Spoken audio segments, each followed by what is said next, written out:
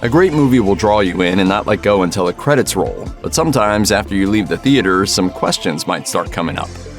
The idea of the Purge is grounded in the ancient Roman festival of Saturnalia, and also that one episode of Star Trek where everyone goes bananas when the clock strikes 6. But even with these inspirations, the actual concept of the Purge is still pretty bonkers when you think about it for more than a few seconds. The concept that most people are really just seething rage monsters waiting for a few hours to come and kill you is troublesome enough. But let's think about this logistically. Wouldn't the billions of dollars of property damage caused in this time slot kinda hurt the economy? You'd have to imagine the property damage and the cleanup takes weeks, if not months, to complete. And the movie tells us that employment rates are so low and stable due to the presence of the Purge. But wouldn't so many sudden casualties every year actually cause huge problems for stability of the workforce? Or even just getting anything done? Sorry, I know we told you last week we'd have the Johnson report for you, but Jimmy got purged over the weekend, and I just can't make heads or tails of his filing system. Do you know what this thing is? Because I don't. Dr. Crample-Damps was disemboweled by some goons in masks on Tuesday. I'm actually just a janitor. No one's saying that a yearly purge isn't a great premise for a horror movie, but don't say the economy's booming because of it. Unless you sell guns, or creepy masks, or bleach. You know, just to clean up all the stains from the dead people and stuff. When the yearly purge rolls around, everyone seems to wait until it's go time to lock their doors and hunker down for the legal murder fest. Ethan Hawke's character, James Sandon, is a supposed expert on home security. He comes home, has dinner with his family like it's any ordinary day, argues with his kids, and waits until literally 4 minutes until the start of the purge to actually pull the trigger and activate his security system. That makes no sense. Anyone with half a brain in this situation would have been locked and loaded hours before the chaos commenced to make sure all systems were go. It goes without saying that having a purge happen outside your door, even if it's locked up tight, is pretty bad. But the family's real trouble starts when young Max opens up that door to let in the bloody stranger running around outside asking for help. The question is, if James is such an expert on security, why would he even give his stupid son the security code to open the door in the first place? If everyone's inside when the purge begins, there's no situation where Max would need to even open the gates. That's just bad parenting, Dad. We understand that Max is obviously dealing with some, emotional issues related to the purge. But how does that translate to him driving around a remote control car with a literal burned up baby doll's head attached to it? Maybe this is a signal that little Max needs a little therapy or something. Or at least a less creepy hobby. And that's really saying something, since it's a movie based on a national holiday devoted to murder. We're told the wealthy citizens of Purgeland World typically hunker down for the night behind their fancy security systems, while the poor, lower-class citizens take each other out. But if you're rich enough to buy this crazy expensive security system, and the Sandons are, why not just, take an international vacation on that day to avoid the chaos altogether? The Purge is a US holiday, after all, and there are hundreds of other countries to duck and cover in for a night. Take your snotty kids to Australia, or Japan, or just drive north to Canada. There's no purges in Toronto. Just Mounties and Mike Myers. Nah, forget it. That'd be crazy. Better to just stay home and take your chances. Makes perfect sense. Too much trouble. We're just gonna lock down, watch some purge events, nothing special. Yeah, why knock yourself out doing something special for National Homicide Night? When the Sandons get the drop on the stranger, they manage to knock him out.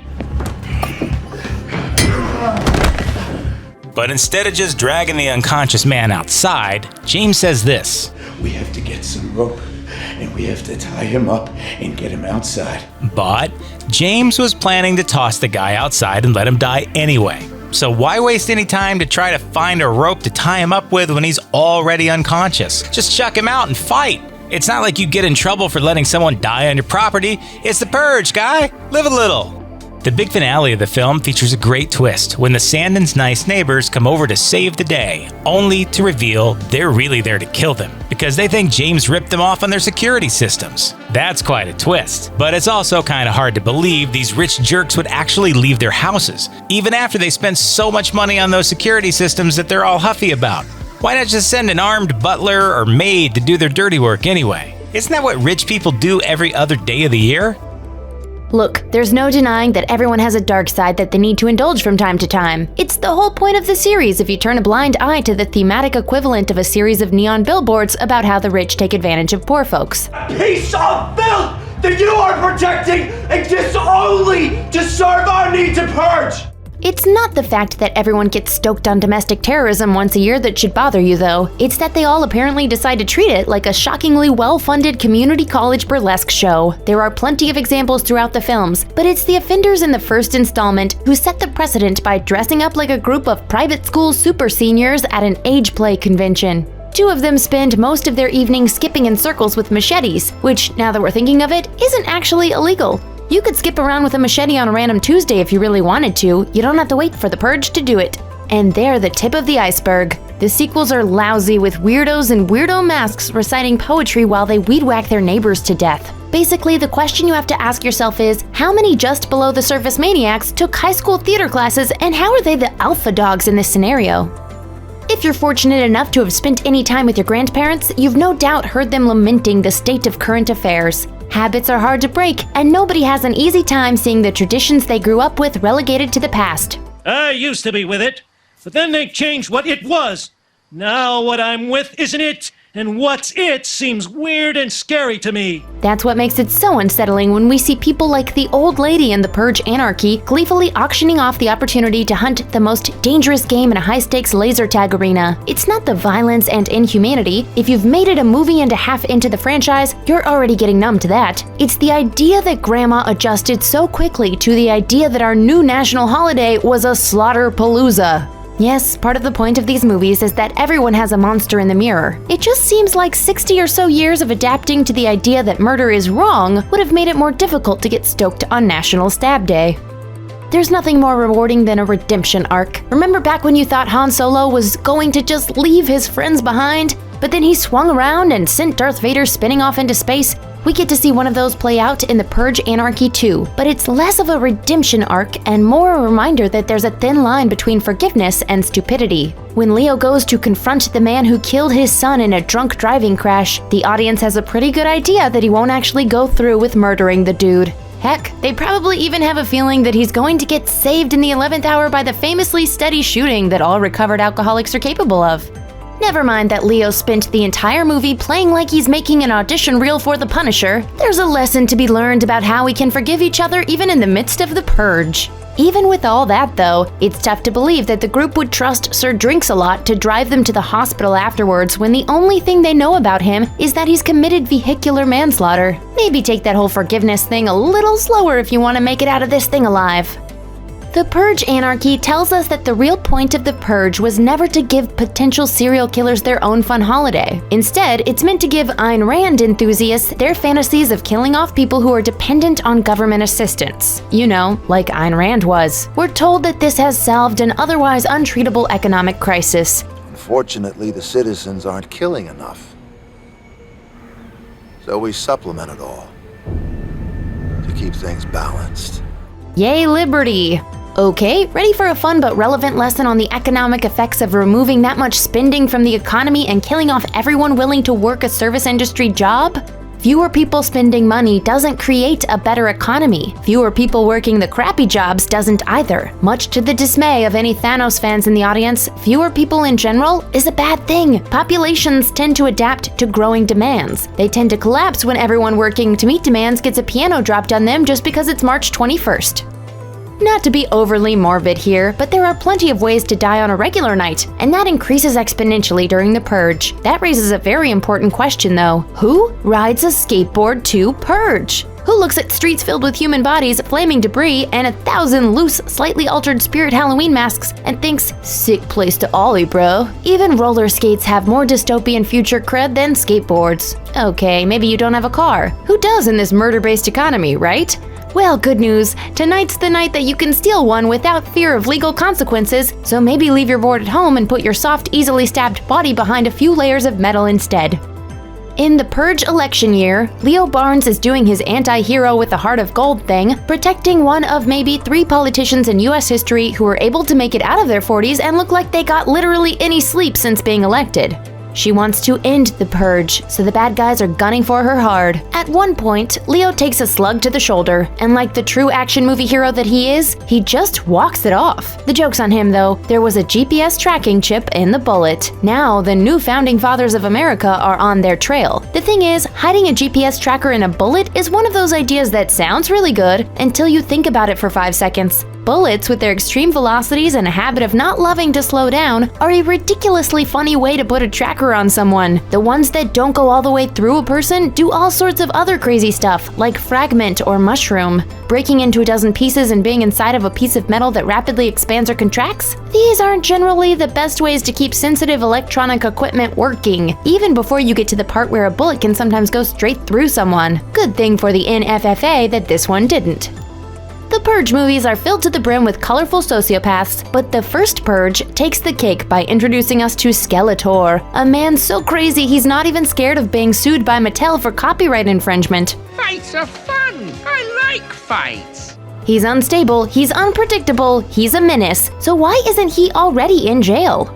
As dystopian as the new founding fathers society might be, it's difficult to imagine any nation so dystopian that they wouldn't arrest this guy. Sure, being a weirdo isn't a crime. You know what just might be though? Smoking crack during the 364 non-purge days of the year, which is something that he openly admits to while talking to a government official during the first 3 minutes of the film. This is not a man possessed of a working survival instinct. This is a human cry for attention. And when he's crying, "I love doing drugs" in front of a cop, he probably shouldn't be on the street.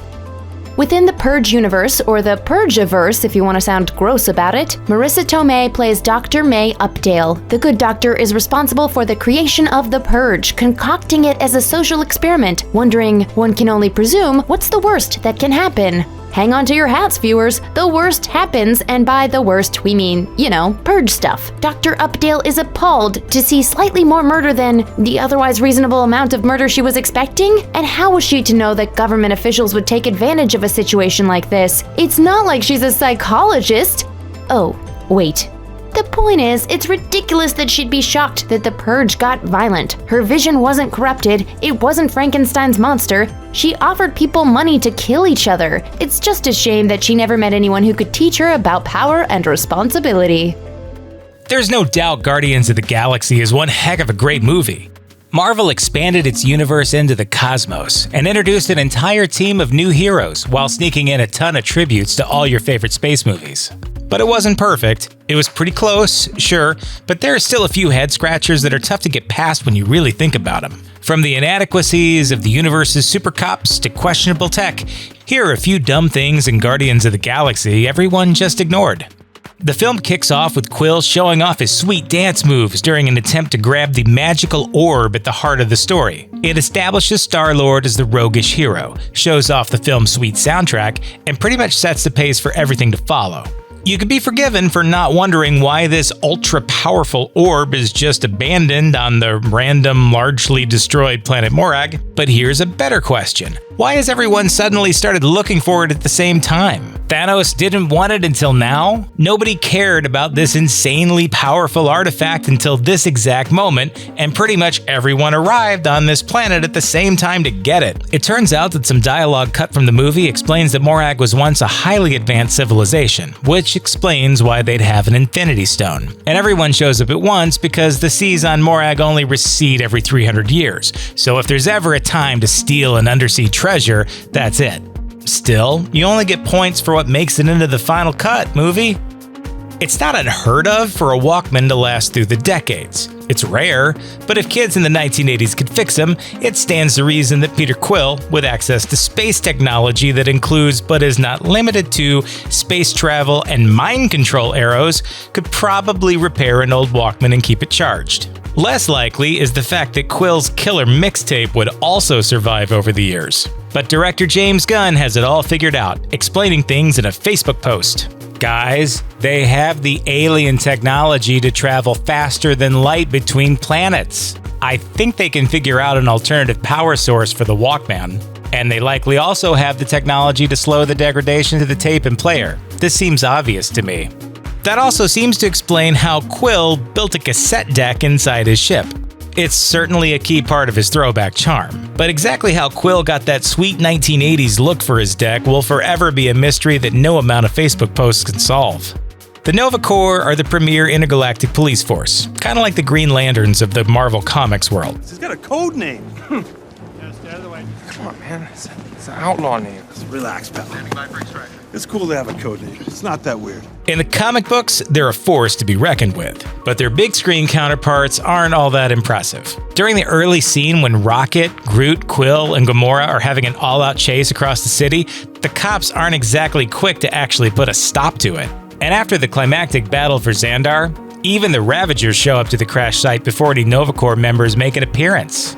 And before you point out that the Nova Corps relate to the party just because they were in the big spaceship battle with Ronan, don't forget, the Ravagers were in that fight too. Come on, guys, this is your planet. Don't let those smelly space pirates beat you to the action. The prison guards in the kiln aren't much better. When the Guardians are gathered together in the prison's control room, the guards gather outside with huge rocket launchers. On my command!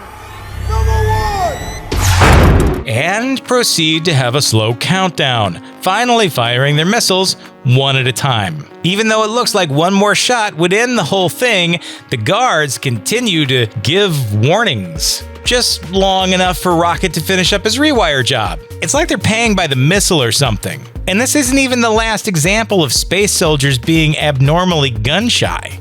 So, after Yondu crashes and it looks like he's about to be captured, he whips out his magic space arrow and uses it to take out a whole platoon of soldiers. It is totally and completely badass. But why didn't the soldiers just shoot Yondu? He's obviously controlling this thing, but they all just stand there and watch this thing mow them down. There's literally one guy standing there with his gun on Yondu. Just look.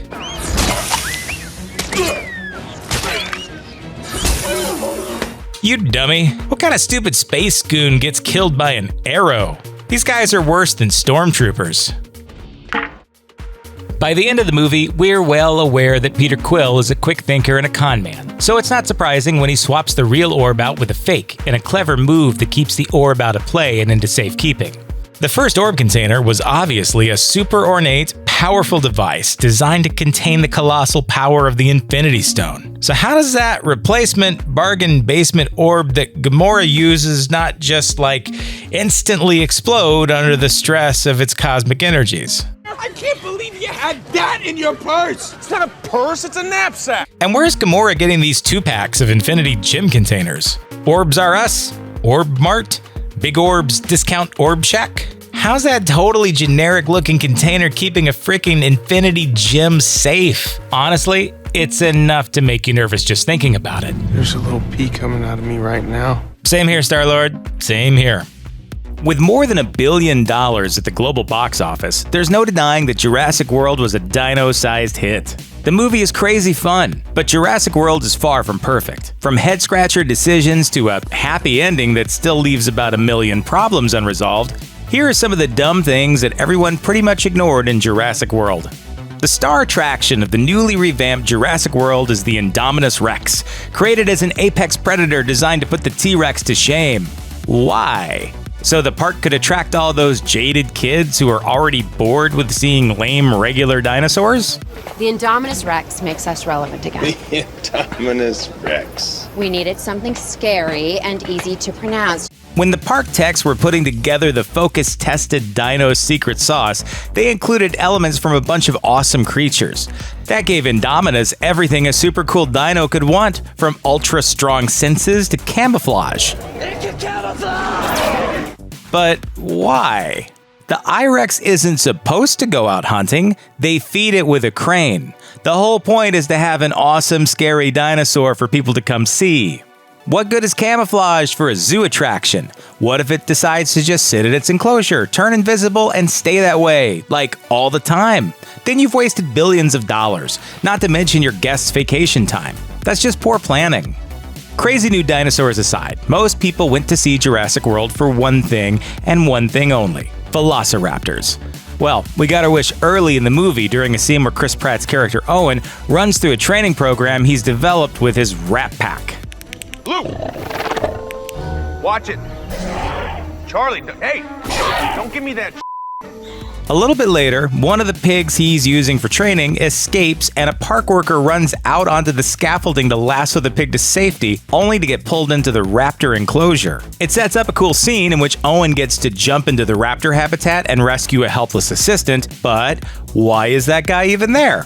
And why was he trying to save a pig? You know, you could just go buy a new pig, right? And they don't have more stringent training for these guys in the first place, so they know how to act around murderous dino pets. You're literally dealing with vicious killing machines. So why don't they at least put these guys through a training course on how to, not fall into the habitat? While we all love getting to see Chris Pratt do an anti-raptor barrel roll, you'd think the requirements to interact with dangerous dinosaurs would be set a little higher. If Jurassic Park taught us anything, it's that you can't show a bunch of dinosaurs to paying guests without tons of redundant safety measures. Jurassic Park's fences didn't do much good against the T-Rex when the power went off, but at least they kept the rest of the dinos in check. With the park getting a reboot in Jurassic World, you'd think they'd have worked out the kinks with that system, right? Instead, they went the opposite direction and straight up got rid of most of the walls. In the same vein, the introduction of the gyrospheres to explore the park is very cool and makes for a gorgeous sci-fi styled visual. But when all hell starts breaking loose, all they get is a warning to return to the park via a wacky Jimmy Fallon video. Hey there, I'm Jimmy Fallon. Welcome aboard the gyrosphere. If you're going to let people ride around anywhere in a park full of dangerous dinosaurs, how do you not build automated controls into these things? There's a reason the guided tour in Jurassic Park kept things on rails. When you're dealing with dinosaurs, you need to try to control as much of the audience experience as possible. Even when that didn't work, at least they tried. Don't just let your guests go rogue on a hamster ball safari, because sometimes your guests are morons. Aunt Claire gave us special wristbands, right? VIP, dude. Dude. Off-road. You morons. Jurassic World has the most advanced tech on the planet, and every dinosaur in the place is tagged with a tracking device.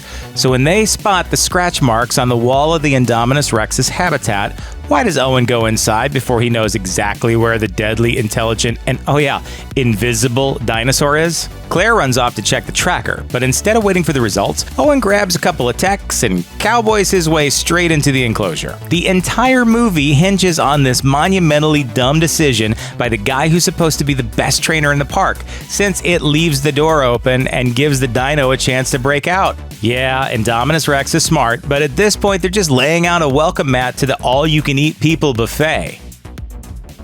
Deadpool was clever, funny, hyper-focused, action-packed, and didn't take itself too seriously. In a box office landscape littered with overwrought heroes punching one another over geopolitical issues, it was a startlingly fresh change of pace. But, as much as we love it, even Deadpool isn't perfect. So in true Wade Wilson style, we're gonna poke at it because we're pretty sure he wouldn't want it any other way. Throughout the film, Deadpool keeps calling Ajax by his real name, Francis, to get under his skin. How tough can he be with a name like Francis? Francis? That's his legal name. He got Ajax from a dish soap. That's fine, but when Deadpool keeps asking Ajax's flunkies where Francis is, it doesn't really make any sense. After all, the whole point is that Ajax hates the name Francis so much he works hard to keep it secret, right? So most of the people Deadpool is torturing, they don't even know who Francis is because he only calls himself Ajax. Don't make me ask twice. Where is Francis? If Deadpool had just asked for Ajax, his epic quest probably would have only taken about 12 minutes. Deadpool's origin seems fine until you actually spend a hot minute thinking about it. The bad guys have a plan where they inject volunteers with a drug that unlocks their latent mutant potential, then enslave the superpowered victims who survive the process. This workshop doesn't make superheroes, we make super slaves. We're gonna fit you with a control collar and auction you off to the highest bidder. This might work as a science experiment, but as a business plan, it's terrible. Since they had no idea Wade would develop a healing factor, there's every chance he would have gained some other power only to die immediately from his uncured cancer. Now that's just called poor planning. Considering the film covers the whole period between Deadpool getting his powers and fighting Ajax, you'd think something as important as becoming frenemies with the X-Men would be part of the narrative. He hints at a long simmering relationship with the team, but he somehow just seems to be really chummy with them for no apparent reason. Almost like it's for the benefit of cross-property brand promotion or something. I'm gonna wait out here, okay? It's a big house. It's funny that I only ever see two of you. It's almost like the studio couldn't afford another X-Man. The design team behind Deadpool pulled a fast one by setting the final battle on a derelict helicarrier, an unofficial nod to the Marvel Cinematic Universe. That's cool, but Deadpool and Vanessa's escape from the helicarrier when it collapses isn't. Wade simply throws her inside a glass torture chamber and tosses it off the side while she bounces around inside. That's essentially the whole plot of Quentin Tarantino's Death Proof, but somehow Vanessa emerges without a scratch, much less a concussion or a fractured skull, or, dead. Ajax's powers are pretty vague and ill-defined for pretty much the entire movie, and what we do know of them doesn't quite add up. We're told he has enhanced reflexes and feels no pain, but what about that super strength and apparent ability to heal from everything? He gets run through with a sword and hit with the shipping container and is none worse for the wear. What about all those times you go walking around after your foot falls asleep? It's almost like this guy can do it all. What is he, some kind of all-purpose bad guy? I've a feeling of cleaning power. Armed with Ajax. Oh, well, never mind. After Man of Steel laid the groundwork, Batman vs. Superman stepped in to establish a fleshed-out DC Extended Universe. We met Ben Affleck's new Batman, Gal Gadot's Wonder Woman, and Jesse Eisenberg's Lex Luthor, plus a sampling of the Justice League to come. Cramming all of that into a single movie isn't easy, and despite being profitable, it was seen by a number of critics as something of a mess. Here are some dumb things in Batman vs. Superman that everyone just ignored. We'll start with one of the goofiest things ever to be included in a major blockbuster. Well, aside from this, of course. 7 million. Never leave the cave without it. In the second half of the film, Batman vs. Superman takes a break to show the audience a series of clips put together by Lex Luthor, showcasing superpowered people from various locations around the planet. Now, sure, it stands to reason someone like Lex would be tracking these folks. But why did he also make snazzy superhero logos for them to use? Of course, Warner Brothers would want to start the branding as early as possible, but it's kind of crazy to think Luthor would go to the trouble of actually creating logos to use as icons for his top-secret files. Seems like a lot of work when a simple folder would do. Then again, this is the guy who put pee-pee in a jar just to freak someone out, just before he blew up the entire building she was sitting in. So, yeah, maybe Lex Luthor does like to go that extra mile here and there. For decades, Daily Planet photographer Jimmy Olsen has been a major player in the Superman comics, and fans were expecting him to show up in some capacity in the DC Extended Universe. Probably not cramming battleships into volcanoes as a giant turtle man, or as a man porcupine, or even as a human mule balloon thing, but come on! Superman without Jimmy Olsen is like Batman without Robin. Only one track back, computer mind. Well, fans got their wish in Batman vs. Superman. Kind of. The film's first act features Lois Lane on a reckless assignment in the desert, where it turns out her dashing photographer pal is actually Jimmy Olsen, CIA spook. And then this happens. Now, no one even knew this guy was even supposed to be Jimmy Olsen until director Zack Snyder made the reveal to Entertainment Weekly, saying that the scene was a way to have fun with the character. Because shooting a beloved character in the head with no explanation is apparently fun for Snyder. Oh well, so long, Jimmy. Superman can hear a flea sneeze in Midtown traffic, and hear that Lois is in trouble when he's miles away, and she gets in trouble a lot. But despite that, he somehow misses his own mom getting kidnapped by Luthor's goons. Superman can even hear Lois banging on stuff underwater when she's trying to retrieve that kryptonite spear, and knows exactly what he's hearing. So clearly, Superman has ridiculously powerful and accurate hearing, but it's apparently only useful when his girlfriend stubs her toe or something. Now, on the subject of moms... Martha, why did you say that name? Stop! Please, stop! Why did you say that name? Snyder was obviously going for something poignant when Batman and Superman realized that their moms were both named Martha. It's his mother's name.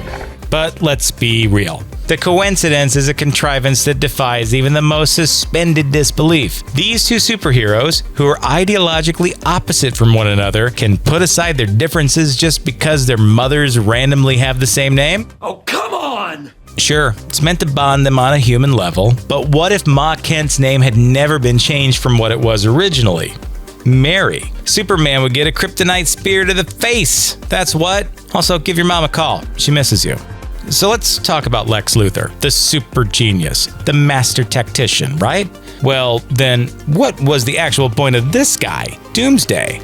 Luthor's plan seems to revolve around tricking Batman into killing Superman, but in case that didn't work out, like if their moms have the same name or something, he created Doomsday as a contingency. Doomsday was already cooking before the big superhero smackdown began.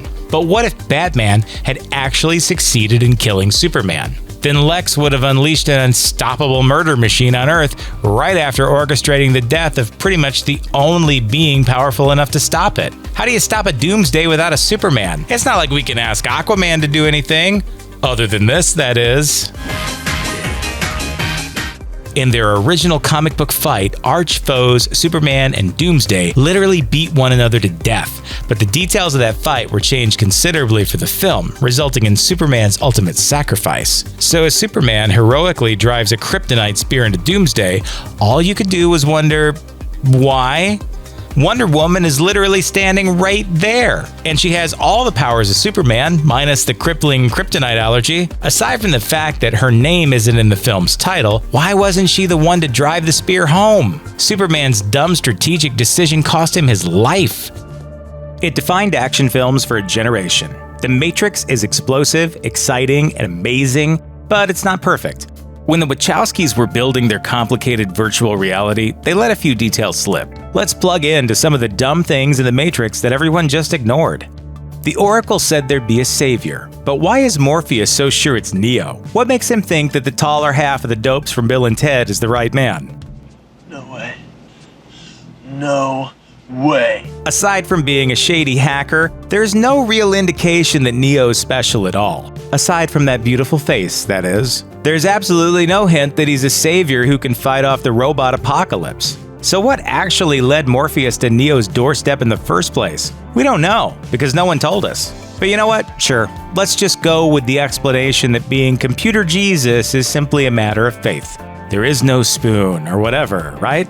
Well, that still doesn't answer this question. While interrogating Morpheus, Agent Smith reveals that this Matrix is actually version 2.0, since the first one was a major failure. Did you know that the first Matrix was designed to be a perfect human world, where none suffered, where everyone would be happy? So why does this Matrix have to be set in the late 90s at all? Aside from the fact that it made filming exterior shots way easier, of course. Look, we all love Smash Mouth, but we're told the real world is actually about 100 years in our future anyway. The simulation could take place at any point in history, so why not dial it back a couple centuries? That way, they wouldn't have to worry about people using Windows 98 to discover the Matrix exists. Plus, there wouldn't be any of those pesky phone lines that rebels use to jump in and out of the Matrix and stir up trouble. No phone lines, no resistance, no problem.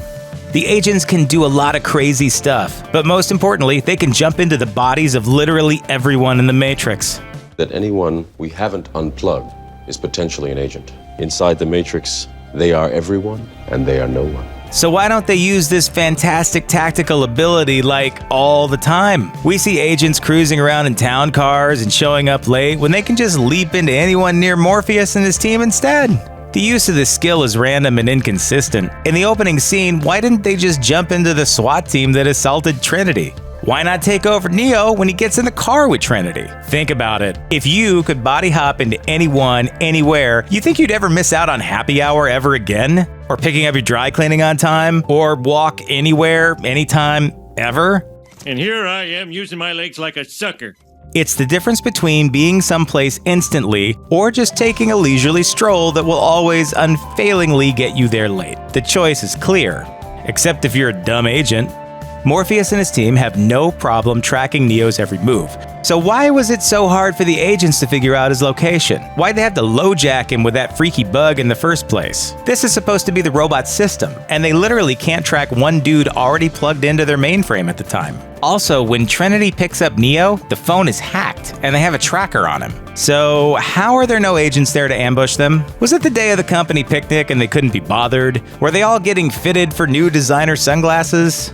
If the robots are so worried about Neo, why not just kill his physical body before he can escape the Matrix in the first place? Instead of chasing the dude all around this virtual world, just go turn off his pod. Zap, done, movie over. Cue in credits and Rage Against the Machine. Sure, they're using Neo as bait to try to catch Morpheus, but that idea goes sideways pretty quick once they pull that little tummy bug out of his guts. So, once they lose track of the tracker, why not just kill him and prevent the Resistance from adding another soldier? As a bonus, they'd also prevent Hollywood from adding a pointless, useless sequel, and then another. The Wachowskis are awesome when it comes to world building, especially in how they try to incorporate and explain real-life phenomena within the rules of the Matrix.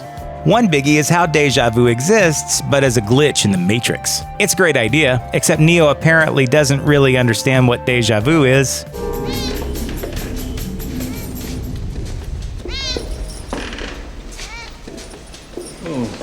Deja vu. Newsflash, Neo. Deja vu isn't literally seeing the exact same thing twice in a row. It's a feeling that you've done something in the past when you're actually doing it for the first time. So, it's a great idea, but they blow it in execution. Chalk it up to a glitch in the screenwriting matrix. We don't actually get to see it until later sequels, but we're told the surviving humans built a massive city underground close to the Earth's core so they can keep nice and toasty. But that's not how the Earth works. Scientists say that the Earth's core is as hot as the sun's surface, which isn't exactly something you'd want to get close to, even if humanity blocked out the sun during their war against the machines. One wrong move and you've flooded your city with magma, and that definitely isn't covered by any kind of insurance. And even if it did work, how did the struggling human race have the resources to dig thousands of miles deep to create this ambitious underground world? They were already losing a war with the robots by this point. Maybe the fact that they thought living right next to a giant ball of smoldering metal hotter than the sun is why they're losing. That and all their weird raves. Get some sleep, you jackasses. You can't fight a robot army when you're all tuckered out from a sweaty underground dance party.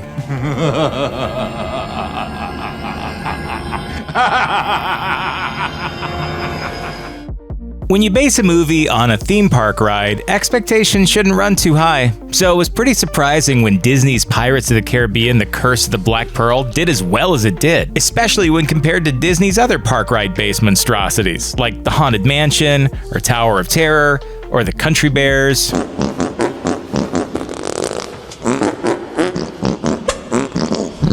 Oh my word! But Curse of the Black Pearl was a legitimate monster hit. It was so huge, in fact, that it spawned several sequels of varying quality. There's a reason the original did so well. It was a lot of fun. Of course, that doesn't mean it was perfect. Here are a few things in The Curse of the Black Pearl everyone just ignored. The entire plot of the movie depends on the crew of the Black Pearl attacking Port Royal at the exact same time Jack Sparrow happens to stumble into town. Okay, we can buy that. Life is full of coincidences, and so are movie premises. But what are the odds Jack would just happen to save the young lady who stole the medallion a decade ago and get himself wrapped up right in the middle of the action? Sure, action-adventure movies usually hinge on some wild circumstances to get started. But this film's got actual zombie pirates running around, and they're still somehow more believable than all these introductory coinky-dinks. So the big conflict here is kickstarted by a magical spell from the Aztec gods, who cursed their gold after their people were taken out by greedy explorers. So the heathen gods placed upon the gold a terrible curse. That's some real ultimate power right there. If these gods are powerful enough to create elaborate zombie curses, why didn't they use some of that power to keep their people from getting wiped out in the first place? Do the Aztec gods only pull out the big magic for revenge, instead of actually protecting the people who pray for them in the first place? Use some of that fancy power to conjure up a mystic safe or something, guys. It would have saved everyone from a lot of weak sequels. So let's talk a little bit more about the curse at the heart of the movie. It's a little vague, but it's built around anyone who steals the Aztec gold. Will and Elizabeth are in possession of a stolen piece of gold from the treasure chest, right? So shouldn't they be cursed too? Some pirates apologists have pointed out that Will and Elizabeth didn't actually steal the gold in the first place. They just took it secondhand, and you don't pass down Aztec curses like you pass down an old t-shirt. If you want curses that horrify everyone you know and love, everyone knows that you have to go full monkey's paw. Homer, where did you get that ugly thing? Well, it's that little shop right over there. On your way, it was over there. You'll be sorry. Still, you'd think a curse with this kind of teeth would have a little more bite. Early on, Elizabeth negotiates for the safety of Port Royal by threatening to throw her medallion into the water. She spooks the pirates into backing down. That's good negotiating. But why were the pirates worried about her dropping it off the side of the ship in the first place? Didn't they show up in town because they could sense the coin in the water, meaning they could track this stuff? And they're already undead, so we see them walking along the bottom of the ocean like it's no big deal, making them the ultimate treasure divers. Those skeleton pirates could absolutely just hop on down there and pull up as many medallions as they want, and a few delicious lobsters just for fun. Plus, they're in a relatively shallow port. The only thing these dead pirates were spooked by was their own laziness. Captain Barbossa shows up and attacks Port Royal once the pirates sense the coin is there, which is true to their piratey nature. But time out. Why not propose a truce to try to get this curse thing solved? Pretty much nobody wants to have a bunch of immortal ghost pirates sailing the seas, not even the ghost pirates themselves. Even later on, once they realize they need Will's blood to stop the curse, why not just work together to end the curse so everyone can get on with their lives? Communication is key, guys. That's lesson 1 at pirate school. It might look like Will and Jack have invented the world's most ingenious solution to staying underwater indefinitely. But the truth is, their little canoe trick just wouldn't have worked. Unless you're 100% full of musket balls and meatloaf, most people's bodies naturally float. Holding down an air-filled canoe so you can walk on the ocean's floor is absolutely impossible without some kind of special equipment unavailable to most sneaky pirates. It makes for a cool gimmick, but don't try this at home, because you can't. Once Barbossa gets the drop on Jack, his master plan is to abandon him on an island. You know, the same island he already escaped from, proving that he can probably escape from it again. Aren't there any better options, like leaving him on a different island, or keeping him in a cage, literally anything else? An island can't hold Jack. Why does Barbossa think he won't just escape again? In the big climax of the film, Jack shoots Barbossa a moment before Will breaks the curse, and subsequently, Barbossa dies from the gunshot wound. So, if an injury like that can take out Barbossa, shouldn't all of the pirates be dead from the injuries they sustained during the curse? Nope, because Aztec magic apparently has a 5-second rule, just like when you drop a snack on the floor. Just a few minutes earlier, Jack took a sword to the chest, but somehow that didn't kill him when the curse was lifted, and almost all the pirates, even the ones who took guns to the face, are fine. Except for that guy who just had a sword in him when the curse was broken.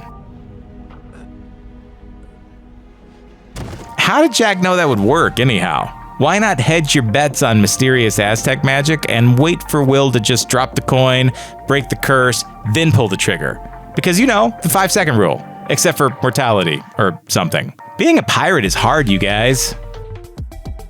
Marvel finally produced their first female-led superhero movie with Captain Marvel, and the good news is that it was pretty awesome. Unfortunately, however, it's not quite flawless, and there are a few aspects of the film that are bound to provoke a little head-scratching. Here are some of the dumbest parts of Captain Marvel. The first Thor movie makes a point of explaining Arthur Clarke's third law, that any sufficiently advanced technology is indistinguishable from magic. Your ancestors called it magic, and you call it science. Well, I come from a place where they're one and the same thing.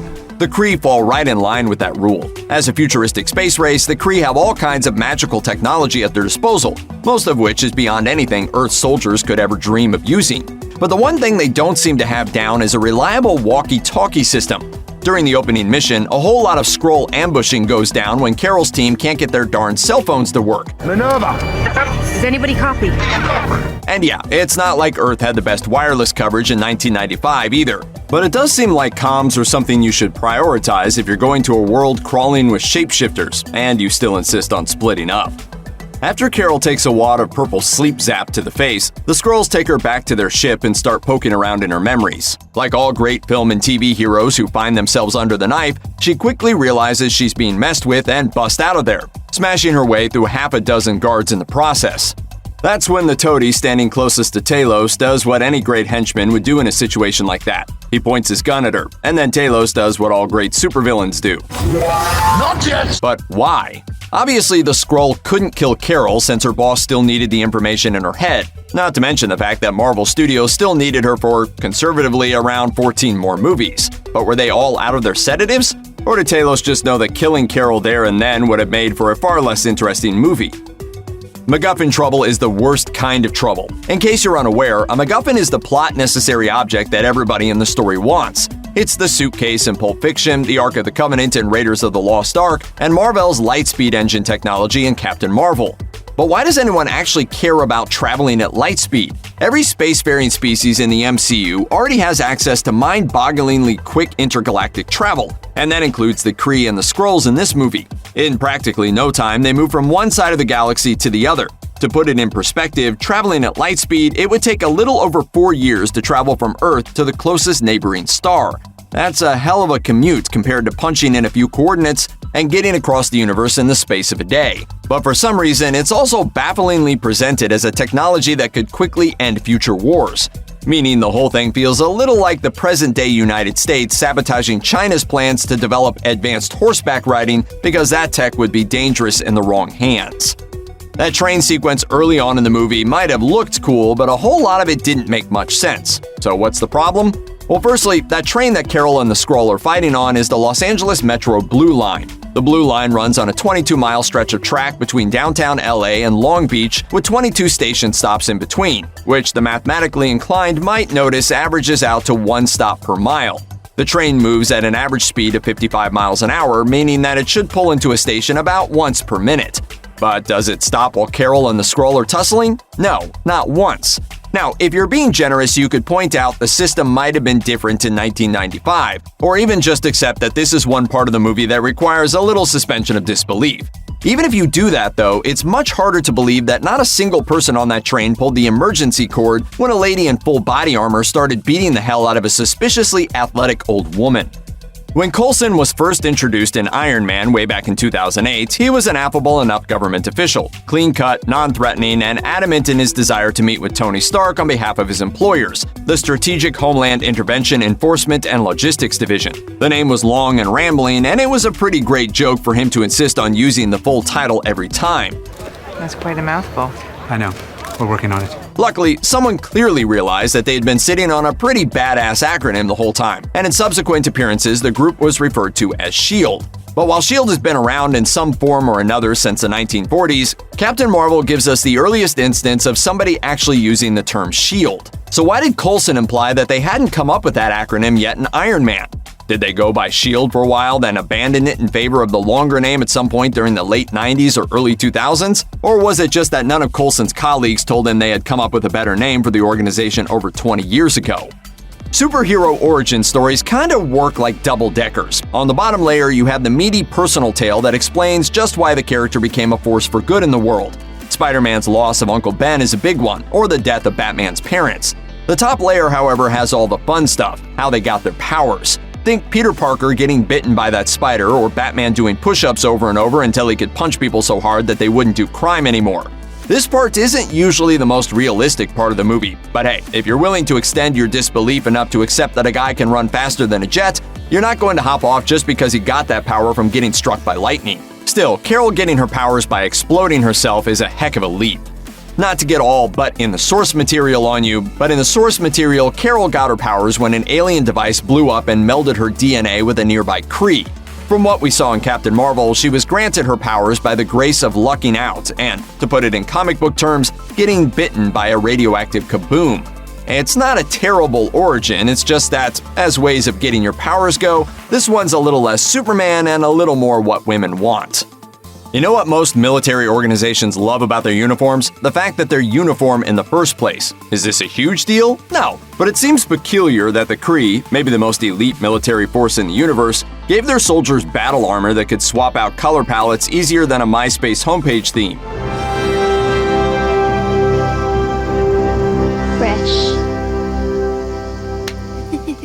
And that goes doubly when you consider how Jude Law's Yang-Rog sees Carol's new duds and immediately gives her hell for it. Why give your soldiers customizable Halo multiplayer armor if making the hues a little more summery is some kind of ultimate offense? And on that subject, how come Carol still wore the Kree insignia on her chest after redesigning her outfit? She made such a big deal about not wanting to wear Kree colors anymore, but still couldn't help rocking their logo after she defected? It's free advertising, Carol. You're supposed to hate those guys. When the Star Wars prequels first came out, one of the biggest problems was the inherent difficulty in telling the origin story of a badass, iconic character. Darth Vader was a powerful, mysterious figure in the original trilogy, and while characters like that are practically begging for a backstory, it's often hard to show how somebody became an iconic nightmare without showing them as a little less interesting, less scary dude first. That's how you end up with Anakin. The point is, Samuel L. Jackson should have known better. As fun as Jackson himself is in Captain Marvel, Nick Fury is played as sort of a joke.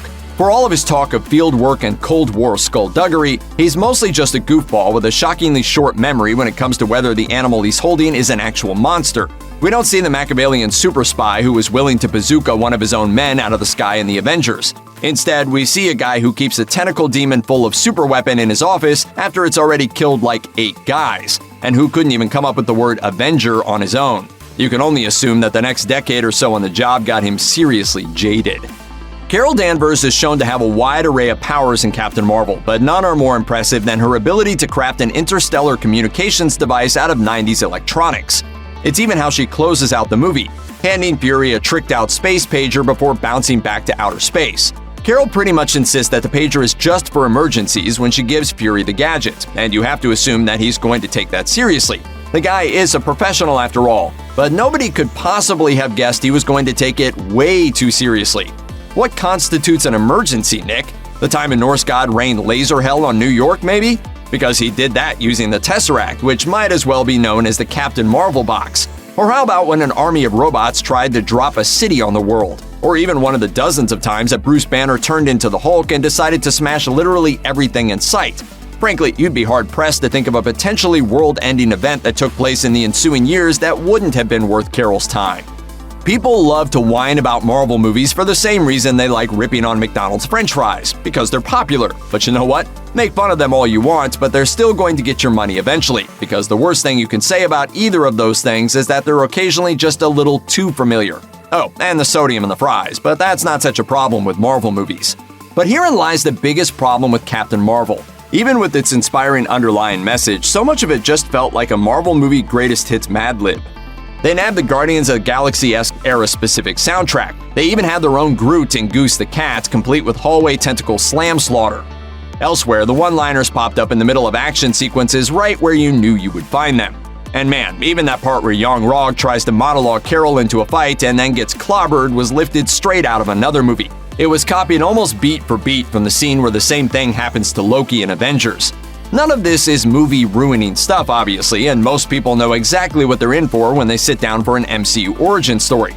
But it still would have been nice if they'd spend a little more time trying to find their voice. Avengers Infinity War actually managed to live up to a decade of hype. Flying in the face of cynical expectations, the movie told an engaging story while balancing screen time over a dozen beloved characters. It even kept your attention despite being almost long enough to live up to the infinity part of its name. But just because you love something doesn't mean you can't poke holes in it. Here are the parts of Avengers Infinity War that left us scratching our heads. Vision is probably the most advanced machine on the planet, capable of everything from controlling his body at a molecular level to getting all Hugh Grant charming when he's talking to Wanda. What if I missed that train? What if I missed all the trains? What if this time I didn't go back? Is there anything he can't do? Connect to Wi-Fi, for one. In the moments leading up to his first fight with Proxima Midnight, Vision has only just heard about the latest attack on New York by noticing it on a TV. Apparently, even super advanced synthezoids still need to get news via basic cable. One of the Avengers really needs to update his software. We had to attach each neuron non-sequentially. Why didn't you just reprogram the synapses to work collectively? When it was first introduced, the Bifrost Bridge was the only way of getting from Asgard to Earth. Then it exploded at the end of Thor. So we found out in Avengers that you can still summon the bridge, but it's really, really hard. In Infinity War, we finally get to see Heimdall doing that, and it's a gut-wrenching process. Why, he has to go so far as to ask the All-Father's permission. Let the dark magic flow through me one last time. Yeah, apparently Heimdall just has to ask permission, and some sort of ancient magic lets him control technology that previously took a big bronze room full of spinny things to harness. And if Thor's new hammer, Stormbreaker, is actually summoning the Bifrost, why didn't the Asgardians put in an order for a couple of magic axes a long time ago? It seems like that'd come in handy. No two ways about it. Infinity War was an incredible culmination of a decade of storytelling. It just seemed overly eager to ignore some of those stories. In Thor Ragnarok, everyone's favorite Norse god realizes that his enchanted accoutrements were never where his power came from. He didn't need a magic hammer, the magic was in him all along. Tell me, brother, what were you the god of again? Now, with Infinity War coming directly after the events of Ragnarok, Thor suddenly needs a new magic hammer. He needs it so much, in fact, that he spends 90% of his screen time trying to get a new magic hammer. Now, maybe Thor just needed Stormbreaker for the specific task of killing Thanos. Still, it just seems like it detracts from the moral of the last movie if it turns out you actually do need a magic tool to accomplish difficult tasks. I'm getting a new hammer, don't forget. Well, it better be some hammer. If there's one thing Infinity War makes absolutely clear, it's that the children of Thanos are pretty threatening. We see them lay the smackdown on almost all our favorite heroes, wrecking a good chunk of Scotland in a fight with Vision, and keeping a significantly souped-up Iron Man on his toes. Where'd that come from? It's nanotech. You like it? A little something. For a decent chunk of the movie, the only thing we see that seems to slow these guys down is when Wong makes creative use of the sling ring.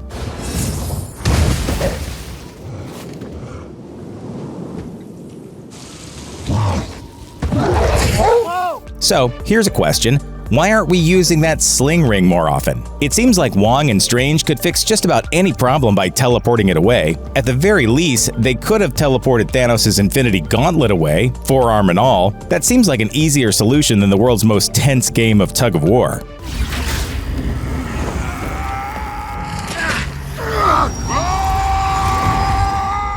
As storytelling maneuvers go, time travel has got to be one of the hardest landings to stick, since the rules seem to shift based on the needs of the story. Understandably, that makes the Time Stone kind of a pain from an audience perspective. Sure, we know it controls time, and that's rad, but it also makes it tough to nail down exactly what it does. In Doctor Strange, the Time Stone warps time just everywhere. Strange turns back time all over the city when he uses it, making it appear to be more of a time hammer than a time scalpel. Flash forward to Infinity War, and Thanos uses it to turn back time, but only for Vision and the Mind Stone. He's had the thing for 15 minutes, and he already figured out how to use it as a very specific undo button. The Last Jedi broke a lot of new ground for the Star Wars franchise. It gave Luke Skywalker his first speaking role in the saga since 1983, and, perhaps most importantly, brought fans closer to watching Chewbacca eat a comic relief alien than they'd ever dreamed possible. And while The Last Jedi really was a great movie, there are still a few points that we couldn't quite wrap our heads around.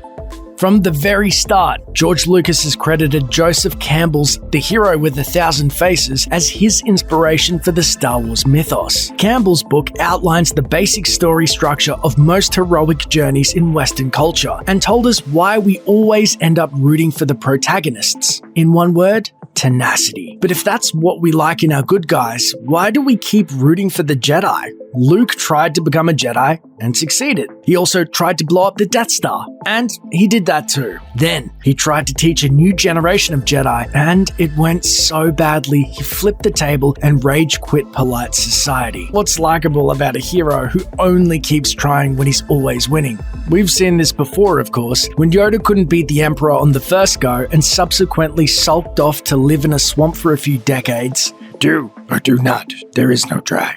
might make for a great inspirational poster, but in practice, it's pretty fatalist and kind of whiny. At least Yoda learned something in the end. The Force. If it were easy, everyone would be doing it. Nobody'd ever be able to find the droids they were looking for, the Mos Eisley Cantina would have padded walls for all the telekinetic bar fights, and skee-ball would become infinitely easier. Sadly, it's not the case that everyone can use it, and even the most sensitive Force user needs intense training to harness their slick menagerie of space wizard powers. You've got to have a teacher if you're gonna use the Force. Rey needed Luke. Luke needed Yoda and Obi-Wan. Leia needed... well, apparently, Leia just needed a good kick into gear. We get it. We love Carrie Fisher too. She was amazing. But it seems weird that all it took was a little jeopardy to suddenly become a vacuum-traversing, flesh-based escape pod. That's not how the Force works. Of the complaints fans had about The Last Jedi, one reigned supreme. Canto Bight. But there was one aspect of this portion of the film that stands out as especially jarring if you give it a few seconds consideration. Rose and Finn, looking for a way out of the city, climb onto a horse-like creature called a Fathier and make good their escape. Rose is positively delighted that she and Finn managed to set the beasts loose and help them to their freedom. But how did they do it? By taking them 30 seconds outside town. Unfortunately, the film makes a point of explaining that these animals are owned and abused by the ultra-rich. Freeing them would be like riding Seabiscuit into the parking lot of the racetrack, declaring him free forever, then climbing into your sedan and driving away. If you think there isn't going to be a search party herding those camel cats back home inside of 15 minutes, you're living in a science fantasy world. Everybody loves a good disguise sequence, and Star Wars is no exception. Luke and Han did it, Lando and Leia did it, even Jyn and Cassian gave it a go. But there are some times when it just doesn't work. Towards the end of The Last Jedi, Rose, Finn, BB-8, and DJ infiltrate Snoke's Star Destroyer, the Supremacy. Their first move is to disguise themselves by donning the uniforms of the First Order's military officers. So far, so good, right? Well, considering these would be the first racially diverse First Order officers we've seen so far in the saga, and considering Finn is still on the organization's most wanted list, choosing disguises without masks or helmets might not have been a fantastic idea. It's just a shame there weren't any outfits nearby which are, say, notorious for covering the faces of the wearer. Boring conversation anyway.